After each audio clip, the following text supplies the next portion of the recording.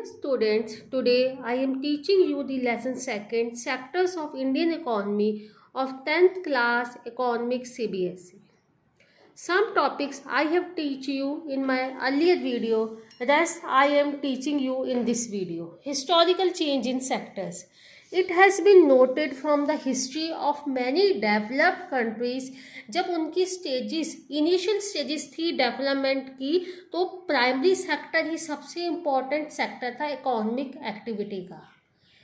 उस समय जैसे जैसे फार्मिंग मेथड्स बदले और एग्रीकल्चर सेक्टर प्रोस्पेरस होने लगा, फार्मर्स पहले से भी ज़्यादा प्रोड्यूस करने लगे. अब अनेक लोग दूसरे काम करने लगे. Number of craftsman traders increase. कुछ लोग सैनिक कार्य, एडमिनिस्ट्रेशन, ट्रांसपोर्ट आदि के काम में भी लगे हुए थे. फिर भी इस समय मोस्ट ऑफ द प्रोडक्ट्स जो प्रोड्यूस हो रहे थे नेचुरल प्रोडक्ट से फ्रॉम द प्राइमरी सेक्टर, और ज़्यादातर लोगों को एम्प्लॉयमेंट प्राइमरी सेक्टर से ही मिलता था. Over the long time, more than 100 years, जैसे जैसे नए मेथड्स मैन्युफैक्चरिंग के आए, फैक्ट्रीज सेटअप होने लगी और एक्सपेंड होने लगी. सेकेंडरी सेक्टर सबसे इम्पॉर्टेंट सेक्टर बन गया in total production and employment.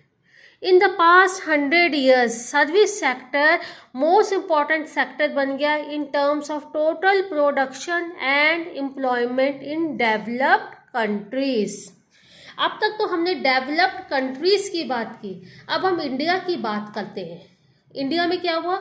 Over the 40 years between 1970 and 2010, तीनों sectors primary, secondary and tertiary का जीडीपी में शेयर बढ़ा.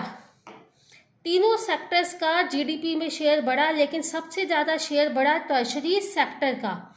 और टर्शरी सेक्टर 2010-11 में सबसे बड़ा प्रोड्यूसिंग सेक्टर इंडिया के केस में इमर्ज होकर सामने आया. इसके पीछे कई सारे कारण थे. पहला कारण, इंडिया के किसी भी डेवलपिंग कंट्री में सर्विसेज जैसे hospitals, transport, banks, police stations, post and telegraph services चाहिए होती हैं. ये बेसिक सर्विसेज होती हैं और कोई भी डेवलपिंग कंट्री में इन्हें प्रोवाइड करने की जिम्मेदारी गवर्नमेंट की होती है. दूसरा कारण, जैसे जैसे एग्रीकल्चर और इंडस्ट्री का डेवलपमेंट होता है, तो सर्विसेज जैसे ट्रांसपोर्ट, ट्रेड, स्टोरेज का भी डेवलपमेंट होता है. तीसरा कारण, जैसे जैसे लोगों की इनकम बढ़ती है, कुछ सेक्शंस ऐसे होते हैं जो ऐसी सर्विसेज की डिमांड बढ़ा देते हैं, जैसे eating out, private schools, private hospitals etcetera. ये trend cities, particularly big cities में देखा गया है. ओवर द पास्ट डिकेड और सो, कुछ नई सर्विसेज जो इंफॉर्मेशन एंड कम्युनिकेशन टेक्नोलॉजी पे बेस्ड थी, वो एसेंशियल हो गई हैं. उनका प्रोडक्शन बहुत ज़्यादा बढ़ गया है. Where are most of the people employed. अब हम पीरियड 1970-71 से 2009-10 की इंडिया में बात करें, हम ये देखेंगे कि तीनों सेक्टर्स का जीडीपी में शेयर बदला, लेकिन सिमिलर शिफ्ट एम्प्लॉयमेंट के केस में नहीं हुआ. Primary sector continues to be the largest employer. इसका मतलब क्या हुआ कि इनफ जॉब्स क्रिएट नहीं हुए सेकेंडरी एंड टर्शरी सेक्टर में. सेकेंडरी एंड टर्शरी सेक्टर्स वो क्या कर रहे थे? They produce 3/4 of the produce, whereas they employ less than half of the people. हाँ, now more than half of the workers in the country they are working in the primary sector, but and primary sector is producing only a quarter of GDP. इसका मतलब agriculture sector में कुछ लोग extra है, और अगर हम उन्हें हटा देंगे तो भी हमारा प्रोडक्शन डिक्रीज नहीं होगा. कुछ वर्कर्स एग्रीकल्चर सेक्टर में ऐसे हैं जो अपने पोटेंशियल से कम काम कर रहे हैं. इस सिचुएशन को अंडर एम्प्लॉयमेंट की सिचुएशन कहते हैं.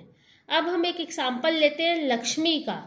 वो एक गरीब फार्मर है, उसके पास 2 हेक्टेयर अनइरिगेटेड लैंड है. वो 5 जने हैं परिवार में, पांचों के पांचों इस लैंड पर काम करते हैं, सभी कुछ ना कुछ काम करते हैं, बट कोई भी फुल्ली एम्प्लॉयड नहीं है। ये सिचुएशन है अंडर एम्प्लॉयमेंट की। इस तरह की अंडर एम्प्लॉयमेंट छुपी हुई है, इसलिए इसे डिस्क्वाइज अनएम्प्लॉयमेंट कहते हैं। और ये उस तरह की अनएम्प्लॉयमेंट से डिफरेंट है जो कि क्लियर एंड विजिबल होती है। How to create more employment. ज़्यादा से ज़्यादा एम्प्लॉयमेंट करने के लिए गवर्नमेंट को क्या चाहिए?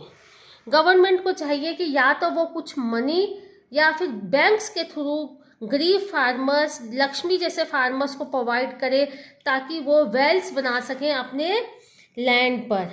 अब नाउ सपोज लक्ष्मी और उसके जैसे फार्मर्स जिसे मदद मिलती है वेल्स बनाने के लिए, वो पहले से ज़्यादा प्रोड्यूस पैदा करने लग जाते हैं। तो वो क्या चाहेंगे? वो चाहेंगे कि इस बड़े हुए प्रोड्यूस को बाजार में बेच दें। उसके लिए इन्हें ट्रांसपोर्ट फैसिलिटीज़ की ज़रूरत होगी। अगर अब government transportation, storage of crops या फिर बेटर रोड्स बनाने पे इन्वेस्ट करे ताकि मिनी ट्रक्स गांवों में पहुंच जाएं, तो लक्ष्मी और उसके जैसे किसान जो अब पहले से ज़्यादा प्रोड्यूस कर रहे थे वो ज़्यादा प्रोड्यूस करते रहेंगे और बेचते रहेंगे। इसके कारण ना सिर्फ एग्रीकल्चर में ज़्यादा एम्प्लॉयमेंट होगा, but it also provide more employment उन लोगों को भी जो ट्रांसपोर्ट या ट्रेड के काम में लगे हुए हैं। फर्दर और गवर्नमेंट क्या कर सकती है?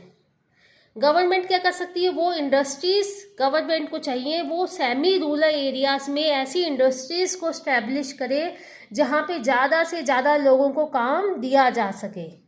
जैसे सपोज कहीं पे फार्मर्स डिसाइड करते हैं कि हम अरहर और चिकपी जो कि पल्स क्रॉप है हम उसे उगाते हैं, तो उनको प्रोक्योर और प्रोसेस करने के लिए सेमी रूरल एरिया में दाल मिल खोली जा सकती है और वहाँ पे दाल मिल खोली जा सकती है और वहाँ पे इन चीज़ों को प्रोक्योर और प्रोसेस करने के बाद में इन्हें शहरों में बेचा जा सकता है। इस कारण से कई और लोगों को भी एम्प्लॉयमेंट मिलेगा।